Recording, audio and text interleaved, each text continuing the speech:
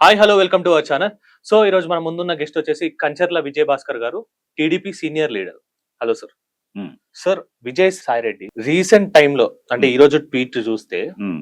హిందువులకి సపోర్ట్ చేస్తున్నట్టు అనిపిస్తుంది. హ్మ్. బట్ ప్రీవియస్ గా చూసినట్టయితే హ్మ్. మోస్ట్ ఆఫ్ ది ట్వీట్స్ గానీ, లేకపోతే ఆయన బిహేవియర్ గానీ హ్మ్. క్రిస్టియన్ సైడ్ ఉండేది. హ్మ్.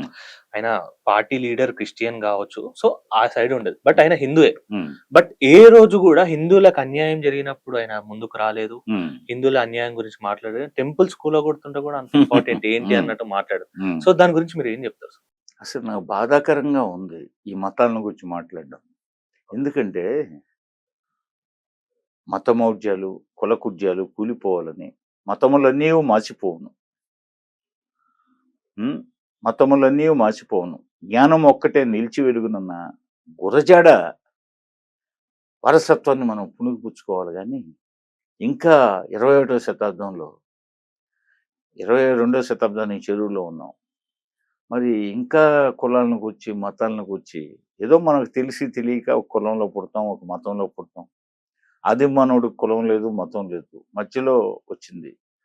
శ్రీకృష్ణ భగవానుడు చాతుర్వర్ణం మాయా సృష్టం గుణకర్మ విభాగశః అన్నాడు. గుణాలను బట్టి, కర్మలను బట్టి ఈ యొక్క విభాగం జరిగింది. ప్రధానంగా ఈ 4 చాతుర్వర్ణం 4 వర్ణాలు మాయా సృష్టం. గుణకర్మ విభాగశః అన్నాడు. ఆ రోజు ఆనాటి ధర్మాల ప్రకారం, ఆనాటి సామాజిక అవసరాల ప్రకారం ఇవన్నీ వృత్తులను బట్టి, గుణాలను బట్టి, మనం చేస్తున్నటువంటి నిర్వాకాలను బట్టి ఏర్పడినయే ఈ యొక్క వర్ణ వ్యవస్థ. అట్లాగే సింధు నాగరికత, మొహంజోదారో నాగరికతని మనం భారతదేశ చరిత్రలో, ప్రాచీన చరిత్రలో చదువుకున్నాం. గొప్ప నాగరికతలుగా వెలసిల్లాయి. కాబట్టి సింధు నది ప్రవహించే ప్రాంతం కాబట్టి, అది పాశ్చాత్యులు భారతదేశానికి వచ్చినప్పుడు సింధు అని పలకలేక హిందూ అని పలికారు. అలా, అలా, అలా, అలా ఆరియన్స్ కూడా అంటే సెంట్రల్ ఏషియా నుంచి ఆర్యులొచ్చినట్టు మనం వింటున్నాం. కాబట్టి వాస్తవాలకు దగ్గరగా మాట్లాడుకోవాలంటే సింధు నది నుంచి ఆ సి అనేది పలకలేక హి అని పలికి హిందూ, హిందూ అనేది ఏర్పడింది. ఆ హిందూ అనే పదం నుంచి ఒక జీవన విధానం ఏర్పడింది. ఒక జీవన విధానం. అంటే నదీ పరీవాహక ప్రాంతాల్లో జీవిస్తున్న వాళ్ళకి ఏముంటది వ్యాపకం? పశుపాలన. అట్లాగే వ్యవసాయం. ఆ వ్యవసాయానికి సంబంధించిన పనిముట్లు కుమ్మరి కావాలా, కమ్మరి కావాలా, కుటుంబ అవసరాలకైతేమి, ఆ వ్యవసాయ వ్యాపకాలకైతేమి, వృత్తులకైతేమి కుమ్మరి కావాలా, కమ్మరి కావాలా, మేదరు కావాలా, వడ్రంగి కావాలా, ఇట్లా సహస్ర వృత్తులు.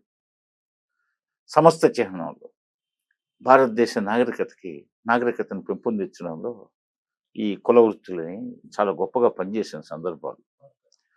అలాగే ఆ కులాల్లో పుట్టినప్పుడు ఇంకా ఆటోమేటిక్‌గా మనం ఆ కులస్తులం అవుతాం. హ్మ్. అదే విధంగా మనం ఒక మతస్థులం అవుతాం. అంతవరకే పరిమితం చేయాలి. ప్రజా జీవితంలో పబ్లిక్ లైఫ్‌లోకొచ్చిన తర్వాత కులాలకి, మతాలకి అతీతంగా ప్రవర్తించాలి. మన కుటుంబం వరకే కులము, మతం. పబ్లిక్ డొమైన్‌లో ఉన్నప్పుడు అవి ఇగ్నోర్ చేయాలంటారు. పబ్లిక్ డొమైన్‌లో ఉన్నప్పుడు తప్పకుండా ఇగ్నోర్ చేయాలి. ఎందుకంటే ఎప్పుడో మధ్యయుగాల నాడు పోతే ప్రాచీన కాలంలో కొంతకాలం ఈ మతాలని ఉపయోగించి మత యుద్ధాలు పాశ్చాత్య దేశాల్లో కూడా యూరోప్‌లో కూడా క్రుసేడ్స్ జరిగాయి.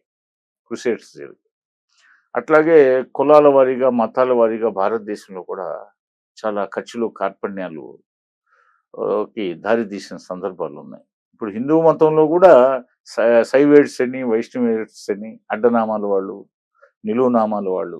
అట్లాగే శైవంలో మళ్ళీ వీరశైవం, బసవేశ్వరుడు వీరశైవం.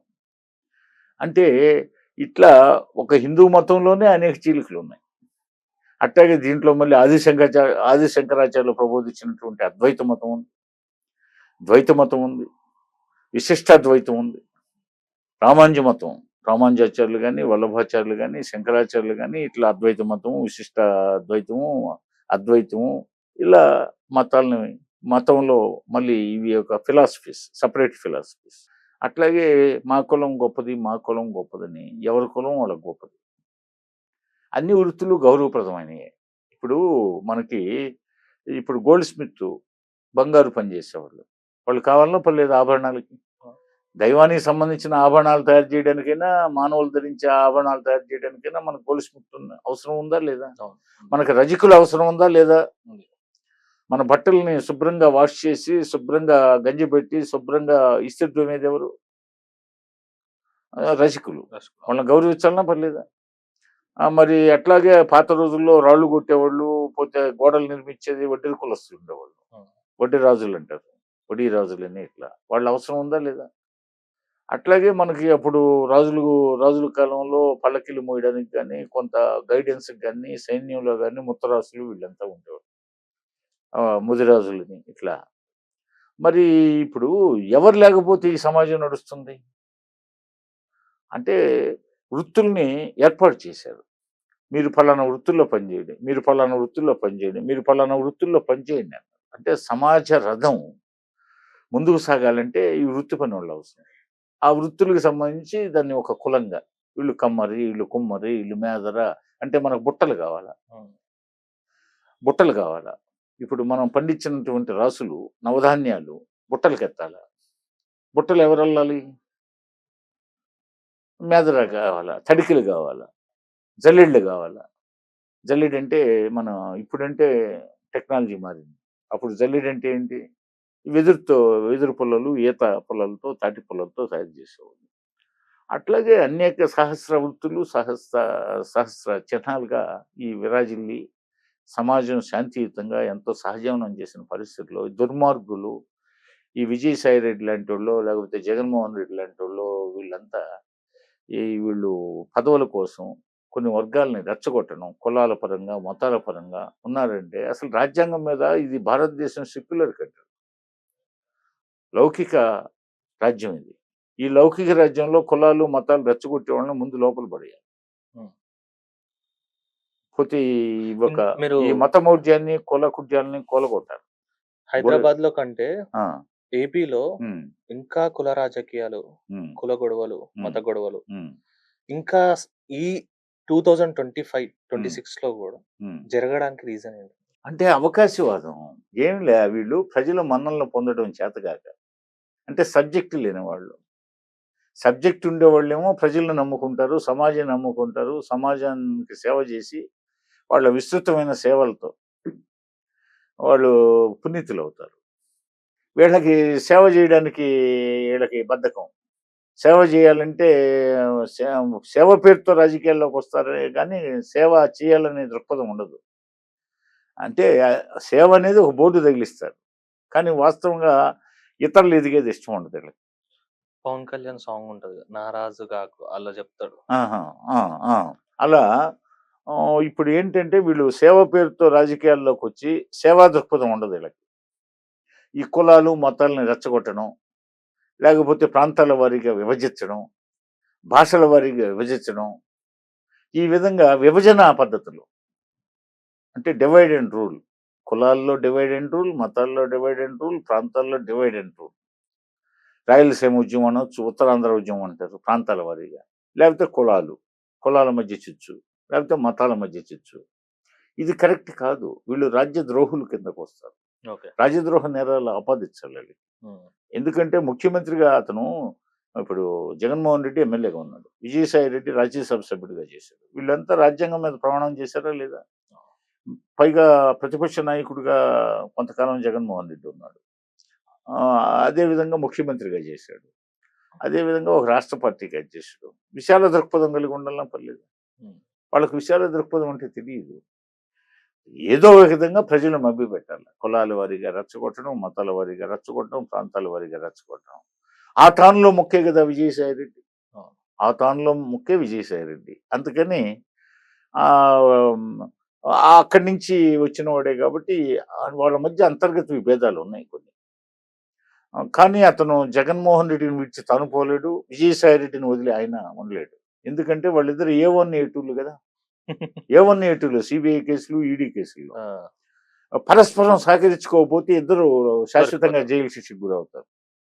కాబట్టి వాళ్ళిద్దరూ ఎడమొహం, పెడమొహంగా ఉన్నారని లోకం అనుకుంటున్నారు. చిన్న చిన్న స్పర్ధలు. కారణం ఏందంటే ఈ సజ్జల రామకృష్ణారెడ్డి, వైవి సుబ్బారెడ్డి, ఇలాంటి వాళ్ళు సజ్జల వచ్చిన తర్వాత రామకృష్ణారెడ్డి ఇన్వాల్వ్‌మెంట్ ఎక్కువైందంటారు.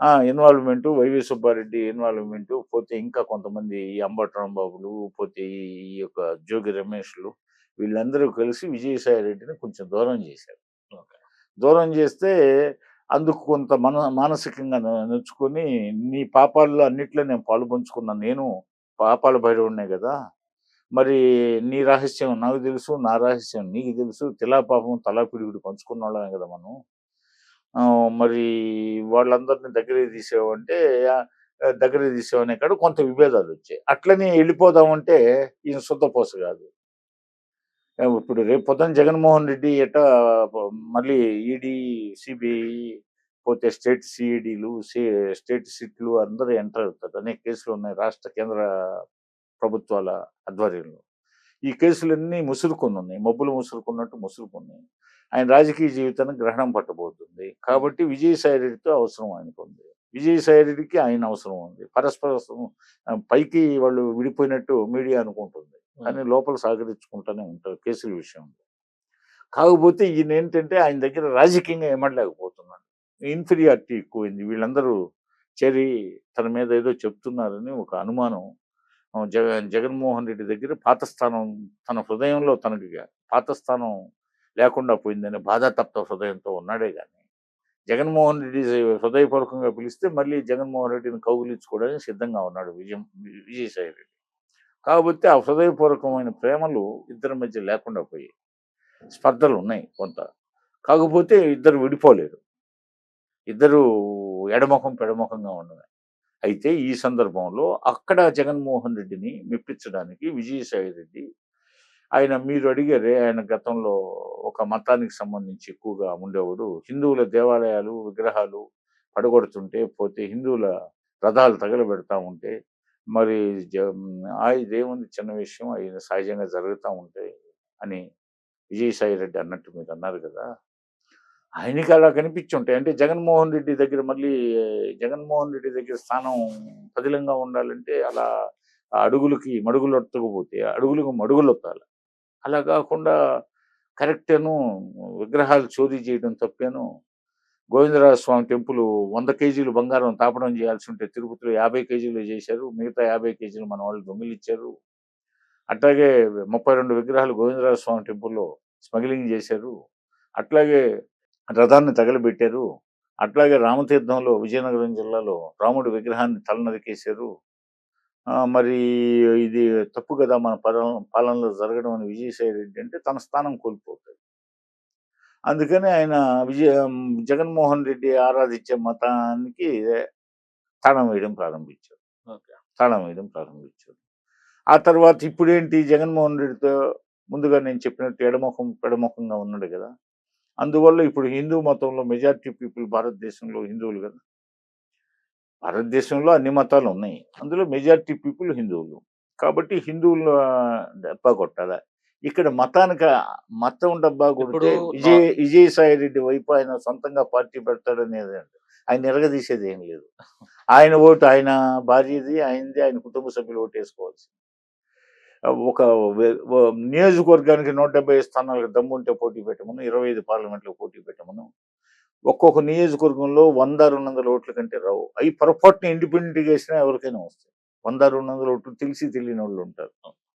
అలా రావాల్సిందే గాని విజయసాయి రెడ్డి అనే ఆయన ఏ ఇజం ఉంది ఆయనకి? ఏ ఇజం లేదు. పోతే ఉండేదల్లా దోపిడీ ఇజమే. ఎక్స్‌ప్లాయిటేషనిజం అది.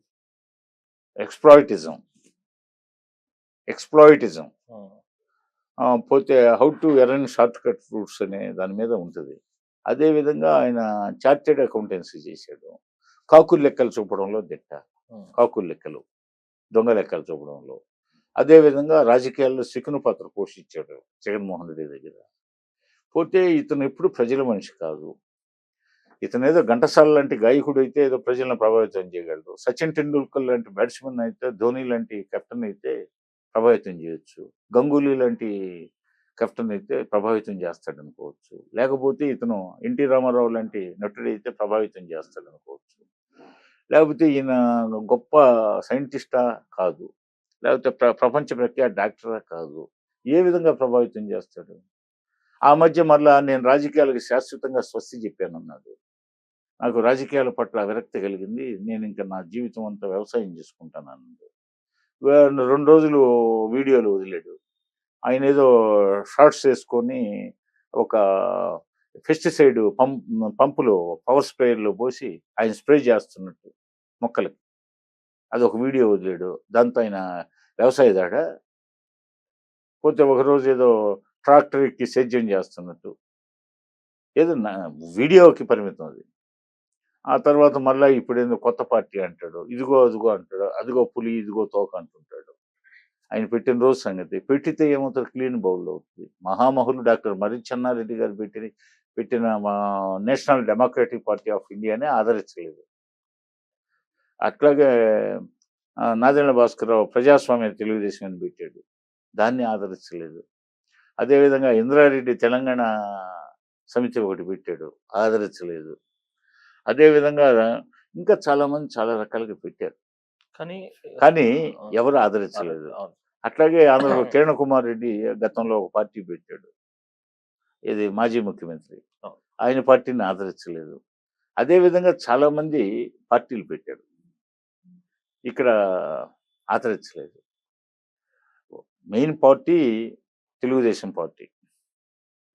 దానికి ప్రత్యర్థి పార్టీ జగన్మోహన్ రెడ్డి వచ్చాడు. ఇప్పుడు జగన్మోహన్ రెడ్డి పూర్తిగా ప్రజల విశ్వాసాన్ని కోల్పోయాడు. తన పరిపాలన దుష్పరిపాలనా విధానాలతో. అదేవిధంగా జనసేన పవన్ కళ్యాణ్ గారి చరిష్మా ఉంది.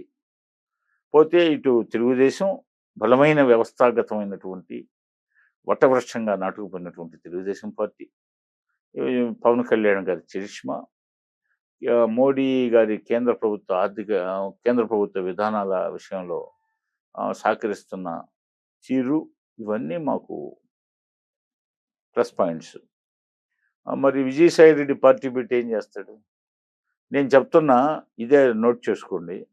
విజయసాయి రెడ్డి పార్టీకి 50 ఓట్ల నుంచి 100, 200 ఓట్ల కంటే నియోజకవర్గంలో రావు. అవి కూడా పొరపాటున పడే ఓట్లు. ఆయన్ని చూసి ప్రభావితం అయ్యే ఓట్లు ఒక్కరిగడ లేదు.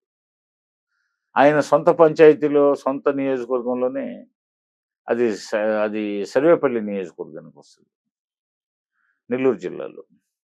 అక్కడ ఆయన ఇండిపెండెంట్గా ఆయన పార్టీ తరఫున పోటీ చేసి 10,000 ఓట్లు తెచ్చుకుంది. అంత సీన్ లేదు ఆయన. కాబట్టి ఇంకా ఆయన అభ్యర్థులు నిలబెట్టేది ఎక్కడ? అభ్యర్థులు నిలబెట్టడానికి ఆయన పార్టీ అంటున్నాడంటే పాపిష్టి సొమ్ము అయితే ఉంది. పాపిష్టి సొమ్ము. మరి ఆ సొమ్ము అభ్యర్థులకి ఇచ్చిన అభ్యర్థులు ఏం గెలుస్తారు? అనామకులు ఎవరు పోతారు? ఆయన టికెట్ ఎవరు అడుగుతారు? రాజకీయ అవగాహన ఉండి ఎవరు పోరు. ఎవరన్నా డబ్బులు ఏమన్నా ఇస్తాడని ఆస్తే పోతారు. ఆయనకి తెలీదా ఎట్లా ఘోర పరాజయం ఉంటుందని? ఏదో బెదిరింపు. అంటే జగన్మోహన్ రెడ్డిని బెదిరించడానికి కొంత ఎత్తుగడ కావచ్చు కూడా ఒక యాంగిల్లో. అంటే జగన్మోహన్ రెడ్డి కుటుంబంతో రాజశేఖర రెడ్డి దగ్గర నుంచి సాహచర్యం చేశాడు కాబట్టి, వాళ్ళ మనుషులతో పరిచయం ఉంది కాబట్టి, ఈయన పార్టీ పెడితే ఎవరు వస్తారు జగన్మోహన్ రెడ్డిని కాదని? రారు. ఏదో కాస్త ఇంకా గతి లేనోళ్ళు, విధి లేనోళ్ళు, ఇంకా ఆదరణకు నోచుకొని వాళ్ళు ఎవరన్నా వస్తే ఎక్కడన్నా అరకొరగా ఉంటారు. వాళ్ళు ప్రజలను ప్రభావితం చేసే పరిస్థితిలో ఉండరు. కాబట్టి విజయసాయి రెడ్డి అనేవాడు ఒక ఫ్లాప్ లీడర్. వీళ్ళని లీడర్లు అనడం తప్పు. వీళ్ళు నాయకులు కాదు, వీళ్ళు వినాయకులు. కాబట్టి విజయసాయి రెడ్డి హిందూ అనేది ఏంటంటే, మన రాష్ట్రం, మా ఆంధ్రప్రదేశ్లో ఎప్పుడు మతాన్ని గురించి మాట్లాడినవాడు లేరు. కులాలను గురించి అంటున్నారు. భారతదేశంలో అన్ని రాష్ట్రాల్లో కులాల ప్రస్తావన ఉంది. ముఖ్య మీరు నేషనల్ ఛానల్స్ చూస్తే అర్థమవుతుంది. పోతే నేషనల్ పేపర్స్ చూస్తే మీకు అర్థమవుతుంది. కాబట్టి ఆంధ్రప్రదేశ్లో కూడా అలాగే ఉన్నాయి. బీహార్లో లేవా? బీహార్లో ఠాకూర్లు, భూమిహార్లు వీళ్ళందరి మధ్య తేడాలు లేవా? పోతే రాజస్థాన్లో జాట్లు, పోతే ఇతర సిక్కులు, పోతే అక్కడంతా వాళ్ళ మధ్య విభేదాలు లేవా? ఎన్నో అట్లాగే ఇప్పుడు బెంగాల్లో లేవా? అన్ని రాష్ట్రాల్లో కులాల మధ్య తేడాలు ఉన్నాయి. కాకుంటే ఏంటంటే ఆంధ్రప్రదేశ్లో ఈ మధ్య ఏదో మనం సమీపంలో ఉన్నాం, అందరికీ ఉమ్మడి పత్రికలు ఉన్నాయి, ఉమ్మడి ఛానల్స్ ఉన్నాయి కాబట్టి ఏదో ప్రస్తావనకు వస్తూ ఉంది. ఈయన విజయసాయి రెడ్డి అనే ఆయన ఏదో జగన్ బ్లాక్మెయిల్ చేయడానికో లేకపోతే ఎవరన్నా ఆయన్ని పిలుస్తారేమో వాళ్ళతో పొత్తు పెట్టుకొని ఒక 10 సీట్లు అడిగి ఒక ఏదన్నా పొత్తులో 4, 5 సీట్లు గెలిచి తాను ఒకడిగా పోటీ చేసి అట్లన్నా స్థానం సంపాదిద్దామనే ఐడియా కూడా ఉండొచ్చు. జగన్మోహన్ రెడ్డిని బ్లాక్మెయిల్ చేయడానికి కావచ్చు. లేదంటే తను ఎవరితోన్నా పొత్తు పెట్టుకొని పిలిస్తే ఆయన ఎవరు పిలవరు. ఆయనతో పొత్తు పెట్టుకుంటే ఒక పాపిస్టు వాడిని, ఒక దొంగని, ఒక శకున్ని పెట్టుకున్నాడని చెప్పి ఏళ్ళ కూర్చో ఓట్లు కూడా సరిపోతాయి. విజయసాయి రెడ్డితో పొత్తు పెట్టుకుంటే ఏళ్ళ కూర్చో ఓట్లు కూడా సరిపోతాయి. ఎగ్జాక్ట్. అంటే అపవిత్ర పొత్తు అని ప్రజలు భావిస్తారు. నిన్నటిదాకా వాడిని అతను విమర్శించి విజయసాయి రెడ్డి అనేవాడిని ఈ రోజు ఇతనితో పొత్తు పెట్టుకున్నారని చెప్పేసి ఈ పార్టీలు కూడా కళంకం అయిపోయాయని ప్రజలు భావించే అవకాశం ఉంది. కాబట్టి విజయసాయి రెడ్డిని ఈ పార్టీల దగ్గరికి రానివ్వదు, మా కూటమి దగ్గరికి రానివ్వదు. కాబట్టి ఏదో జగన్మోహన్ రెడ్డిని ఏదైనా బెదిరించడానికి అయినా ఆయన దగ్గర ఏమున్నారు బెదిరించడానికి, కాకపోతే కొద్ది గొప్ప భయపడతాడు. కాకపోతే మళ్ళీ పరస్పరం కేసుల విషయంలో సహకరించుకోవాలి. అందుకోసం ఆయన ఏదో ఇంకా ఏ గతి లేదు కాబట్టి, ఈయన ప్రజల మన్నన లేదు కాబట్టి, ప్రజల ఆదరణ లేదు కాబట్టి మతం అని ఇంతవరకు ఆంధ్రప్రదేశ్లో మత రాజకీయాలు జరగలేదు నాకు తెలిసి. నేను సుమారు 50 సంవత్సరాలుగా రాజకీయాల్ని పరిశీలిస్తున్నా. పైగా మాది రాజకీయ నేపథ్యం ఉన్న కుటుంబం. నేను క్షుణ్ణంగా బాల్యం నుంచి ఊహ తెలిసినప్పటి నుంచి రాజకీయాల్ని అధ్యయనం చేస్తున్నాను. ప్రత్యక్ష రాజకీయాల్లో తెలుగుదేశంలో 45 ఏళ్లుగా ఉన్నాను. నేను చూసినంత వరకు ఆంధ్రప్రదేశ్లో మత రాజకీయాలు ఎప్పుడు జరగలేదు. ఈయన తొలిసారిగా మతం జెండా పట్టుకుని వస్తే ఈ నాటలు సాగవు. అక్కడ మతాన్ని ఎవడు పట్టించుకోడు. అది జగన్మోహన్ రెడ్డి వచ్చిన తర్వాతనే ఈ కులాలు రాజకీయం స్టార్ట్ అయింది. అంతేగాని అంతకుముందు తెలుగుదేశానికి సర్వజన ఆమోదం ఉండబట్టే రాయలసీమ అని లేదు, తెలంగాణ అని లేదు, ఉత్తరాంధ్ర అని లేదు, దక్షిణ కోస్తా అని లేదు, సెంట్రల్ కోస్తా అని లేకుండా తరతమ భేదాలు లేకుండా ఎన్టీ రామారావు గారికి కానీ చంద్రబాబు నాయుడు గారిని కానీ ఇప్పటిదాకా ఆదరిస్తున్నారు. అందువల్ల ఏంటంటే మా పార్టీ వరకు, మా కూటమి వరకు కులాలకి మతాలకి అతీతంగా పరిపాలన సాగించాలా, సెక్యులర్ పార్టీలుగానే ఉండాలనేది మా ఉద్దేశం. విజయసాయి రెడ్డి లాంటి మత రాజకీయాలు చేసి మత నినాదాలు ఇస్తే మళ్ళీ ఇంకోసారి జైలుకి పోవాల్సి వస్తుంది. థ్యాంక్స్.